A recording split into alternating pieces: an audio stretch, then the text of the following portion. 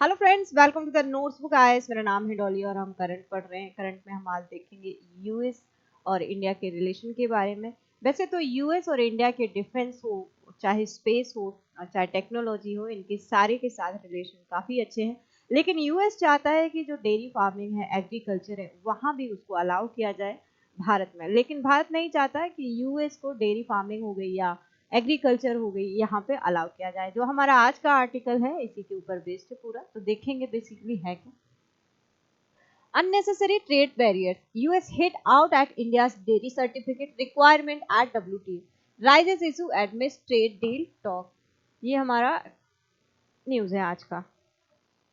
The US has expressed fresh concern at WTO regarding India's dairy certification requirement, labeling them as unnecessary obstacle for American dairy export. These apprehensions surface with both nations are engaged in trade agreement discussion, with India maintaining its stance against opening up its dairy and agriculture.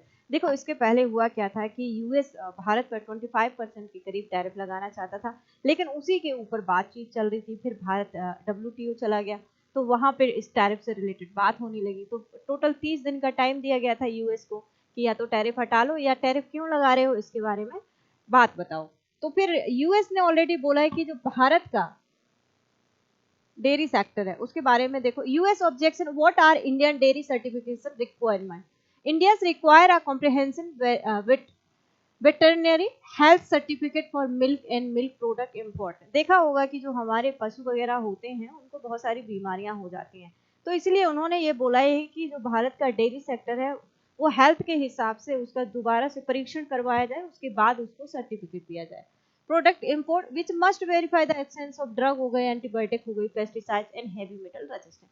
The US has express apprehension regarding India certification prerequisite, viewing them unnecessary obstacle for American dairy products entering the Indian market। देखो reason क्या है, जो America का dairy product है वो भारत में नहीं मंगाने का। जो हमारे भारत में डेयरी जो फार्मिंग है उसमें वुमेन भी अब शामिल हो गई हैं, उन्होंने भी स्मॉल स्मॉल इंडस्ट्रीज बनाई हैं, तो उनका भी रोजगार चला जाएगा। अगर यूएस अपने प्रोडक्ट जो इंडिया में सेंड करेगा वो बहुत कम टैरिफ इंडिया लगाएगा, तो यहाँ पे जो रूरल मार्केट है हमारी बहुत ज़्यादा हाई है। जैसे 60% के करीब जो लोग भारत में कहाँ रहते हैं, रूरल एरिया में रहते हैं, तो जो उनके प्रोडक्ट हैं वो बहुत बेसिक हैं, वो फिर हमारे रूरल एरिया में चले जाएंगे। जो मार्केटिंग का हब है वो क्या है, पूरा रूरल एरिया ही है। इसलिए यूएस चाहता है कि एग्रीकल्चर पे जो टैरिफ है, भारत पे बहुत ज़्यादा टैरिफ लगाया हुआ है, वो हटा दे, और जो डेयरी प्रोडक्ट्स हैं उस पर टैरिफ हटा दे, जिससे यूएस के प्रोडक्ट हैं वो भारत में आ सकें। अब US want access to India markets for dairy agriculture product and even genetically modified food. इससे पहले भी जो जेनेटिकली मॉडिफाइड जो सीड्स थे इंडिया में आए थे, एक बार तो सक्सेस हो गए, दूसरी बार वो अनसक्सेसफुल रहे। तो इससे भी और भी पहले जो कंट्रीज हैं उन्होंने भी इस पे काम किया है कि जो मॉडिफाइड सीड्स हैं उनके जो रिजल्ट्स हैं एक बार तो अच्छे देखने को मिलते हैं, लेकिन बार बार उनके रिजल्ट्स अच्छे देखने को नहीं मिलते हैं। और अगर देखा जाए कि जैसे कि यूएस के जो फार्मर्स हैं उनको बहुत ज्यादा सब्सिडी मिलती है यूएस की तरफ से, लेकिन इंडियन फार्मर है उनको उतनी ज्यादा सब्सिडी नहीं मिलती है, वो तो खुद से ही काम चल रहे हैं। गवर्नमेंट ने बहुत सारी योजनाएं तो बनाई है, लेकिन उन योजनाओं का जो लाभ है वो फार्मर्स उठा नहीं पा रहे हैं। अब जैसे यूएस में टोर्नेडो आ जाए या फिर पूरे फार्म में आग लग जाए, तो उसका खर्चा कौन देता है? यूएस गवर्नमेंट देती है। अगर भारत में ऐसा हो जाए कि फसल उड़ जाए या आग लग जाए, तो उसका खर्चा गवर्नमेंट नहीं देती है। Why US dairy is giant threat? The US dairy farmer are supported by billions of dollars in subsidies. Their milk is not just cheap, it's artificially cheap. देखो रीजन क्या है, जो यूएस में कैटल होते हैं उनको क्या खिलाया जाता है, उनको फिश खिलाई जाती हैं, उनको मीट खिलाया जाता है, इससे उनको प्रोटीन मिल सके। अगर प्रोटीन अच्छा मिलेगा तो वो मिल्क ज्यादा देंगी। तो इस और इंडिया में क्या है, इंडिया में तो वेजिटेरियन है सारे कैटल, तो इसलिए इंडिया में धर्म के हिसाब से भी अगर यूएस से जो डेयरी प्रोडक्ट्स आएंगे तो वो इथिकल भी गलत माने जाएंगे। इसलिए भारतीय नहीं चाहते हैं कि जो डेयरी फार्मिंग हो गई और एग्रीकल्चर होगी उसमें जो टैरिफ है वो कम किया जाए यूएस के लिए। Alright, competing with small Indian farmers, most of whom own less than 2 cows or buffaloes and who operate with zero subsidies. Last week, India formally notified its position at WTA to levy reciprocal duty the United States following the latest imposition of 25%. मैंने अभी बताया WTO में चले गए क्योंकि उन्होंने tariff लगा दिया 25%, राइट? अब देखो India US trade deal, what happening in the meaning, India and the US are working to finalise the interim trade deal the earliest. US President Donald Trump has revised the deadline to implementation the reciprocal tariff on August 1. देखो अभी अभी 9 जुलाई तक की बात चल रही थी कि 9 जुलाई को जो टैरिफ है वो इम्प्लीमेंटेशन हो जाएगा उससे। इससे पहले भी 14 कंट्रीज पे टैरिफ ऑलरेडी लगा दिया गया, इसके बारे में वीडियो भी बनाया हुआ है। तो अब जो टैरिफ की डेट हो गई वो 1 अगस्त से है। भारत और यूएस के बीच में अगर डील हो जाती है तो टैरिफ जो है वो अलग होगा, और नहीं तो 25% के करीब भारत पे भी टैरिफ लग जाएगा। अब the real people who will suffer across state like Gujarat हो गए, महाराष्ट्र हो गए, कर्नाटक हो गए, इसमें lakh of women run cooperative dairies, ठीक है।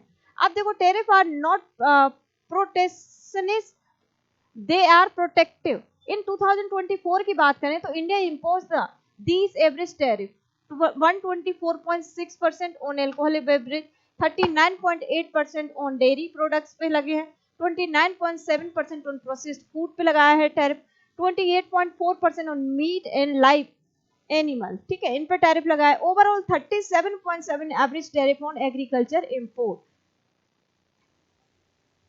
अब यहाँ पे एसबीआई ने भी बोला है कि अगर भारत ने अलाउ कर दिया यूएस को कि यहाँ के जो प्रोडक्ट हैं भारत में, डेयरी प्रोडक्ट है और एग्रीकल्चर है, यहाँ इंडिया में आ जाए तो बहुत ज्यादा नुकसान होगा। 1.03 lakh crore, more than India entire MNREGA budget.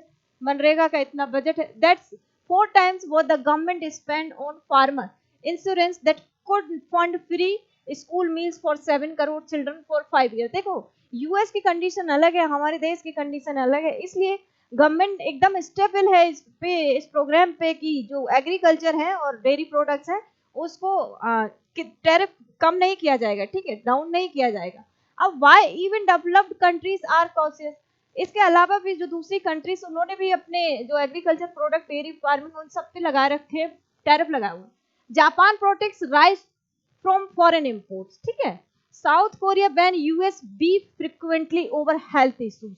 और यहाँ पे even the EU has strict limit of GM crops. जो जीएम क्रॉप्स हैं उस पे EU ने, यूरोपियन यूनियन में लिमिट लगा के रखी है। Among G20 countries, only South Korea and Turkey have higher tariff on agriculture than India.